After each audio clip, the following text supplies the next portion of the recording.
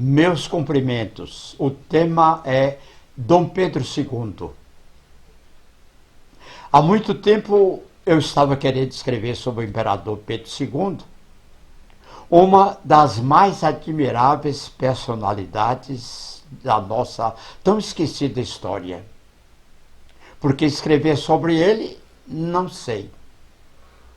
Sei apenas que o filho de Pedro I e pai da princesa Isabel sempre me fascinou pela sabedoria e pelo caráter reto, uma grandeza de espírito e simplicidade muito raras nos políticos de qualquer época.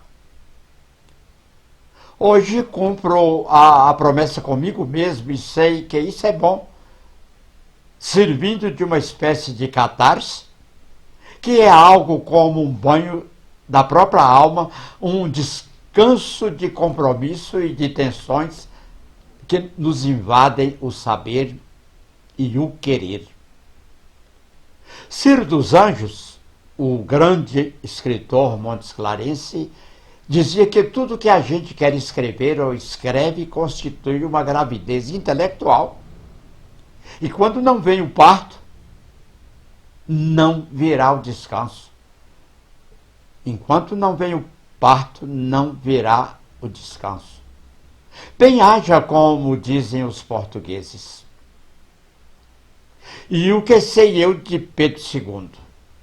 Não muita coisa, que isso dependeria de muita leitura sobre o segundo reinado.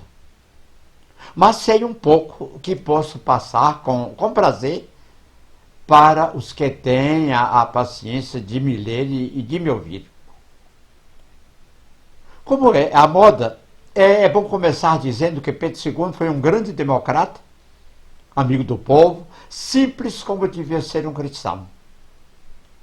Para não fugir da verdade, é bom também dizer que seus maiores amigos eram mesmo os filósofos, os poetas, os cientistas, os inventores, a gente da grande inteligência e da cultura, tanto do Brasil como da Europa, como dos Estados Unidos também, da América do Norte.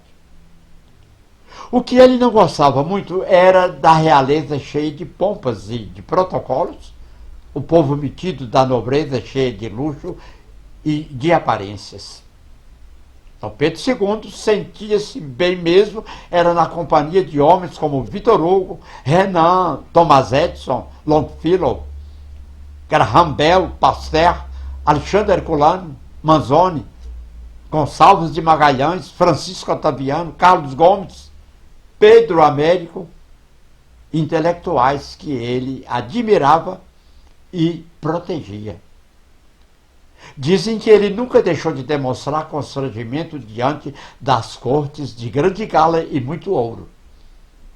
De vestir, Dom Pedro II gostava mesmo era de uma sisura sobre casaca preta, a moda dos professores da época, vivendo longe das joias, com o ar discreto de um bom burguês, fino, educado, seduzido só pelas belas ideias e pela sabedoria dos pensadores. Gostava imensamente de viajar, mas viajava pouco. E quando fazia pelas cortes europeias, pagava as passagens e as contas tirando dinheiro do próprio bolso, nunca ofendendo os saldos do Tesouro Nacional, tão à moda nos dias de hoje. Nós temos em Montes Claros um exemplo de administrador federal do Brasil, que também viajava com dinheiro do próprio bolso, José Esteves Rodrigues. Nunca mandou uma conta de viagem nem de hotéis para o governo. Um admirador e um seguidor de Dom Pedro II. Eu vou repetir porque vale que é realmente um grande exemplo. Gostava imensamente de viajar, mas viajava pouco. E quando fazia pelas cortes europeias, pagava as passagens e as contas, tirando dinheiro do próprio bolso, nunca ofendendo o saldo do Tesouro Nacional, tão à moda nos dias de hoje. Educado para reinar mediante disciplina férrea, quase monástica, foi moldado como responsável funcionário público, modesto e compenetrado. Tolerante ao máximo, bondoso, era também de vontade inquebrantável, renitente, intransigente em seus propósitos. Antes de tudo, a prática, o trabalho, a obrigação. Madrugava no cumprimento do dever. Decidia com tanta justiça que mais parecia um juiz centralizador do bem e da paz. Homem livre, estudioso, de uma curiosidade científica de encantar, chegou muitas vezes a escandalizar as cortes do velho continente, deixando para trás até as ideias estapafúrdias dos conservadores. É que mais do que os palácios visitava os livres pensadores, os rabinos, os artistas, os republicanos,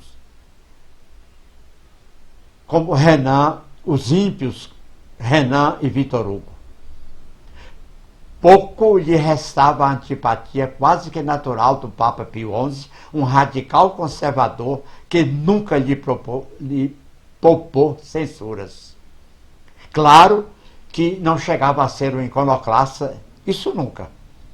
Era um homem de paz, um bom sujeito, de ótimo coração. Sério, compenetrado, virtuoso, respeitado e respeitador. Discreto como homem e governante, não deixou, porém, de ter uma boa sequência de amores.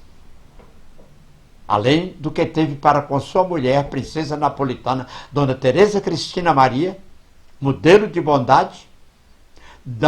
Pedro II amou e muito outras mulheres com as quais mantinha volumosa correspondência sentimental. Ocuparam seu coração nada menos do que a Condessa de Villeneuve, Madame de la Tour, Eponina Ottaviano, a Condessa de Barral e Pedra Branca, sendo essa última sua preferida, a quem se dedicou profundamente. Ao contrário do famoso pai, nunca fez desses afetos motivo de escândalo. O amor para ele foi sempre um sentimento íntimo, de alma para alma.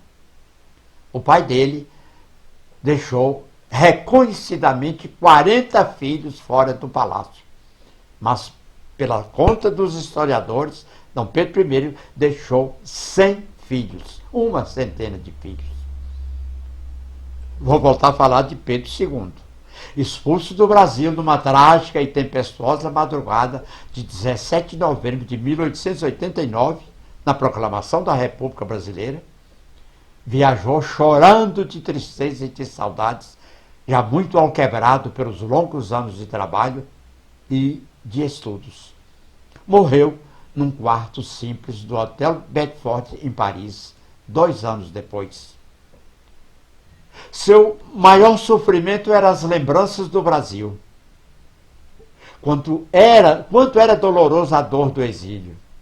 Ainda bem que o governo francês concedeu-lhe as honras de chefe de Estado e seu enterro foi dos maiores que a cidade de Paris já viu. Tão grande como o de Victor Hugo.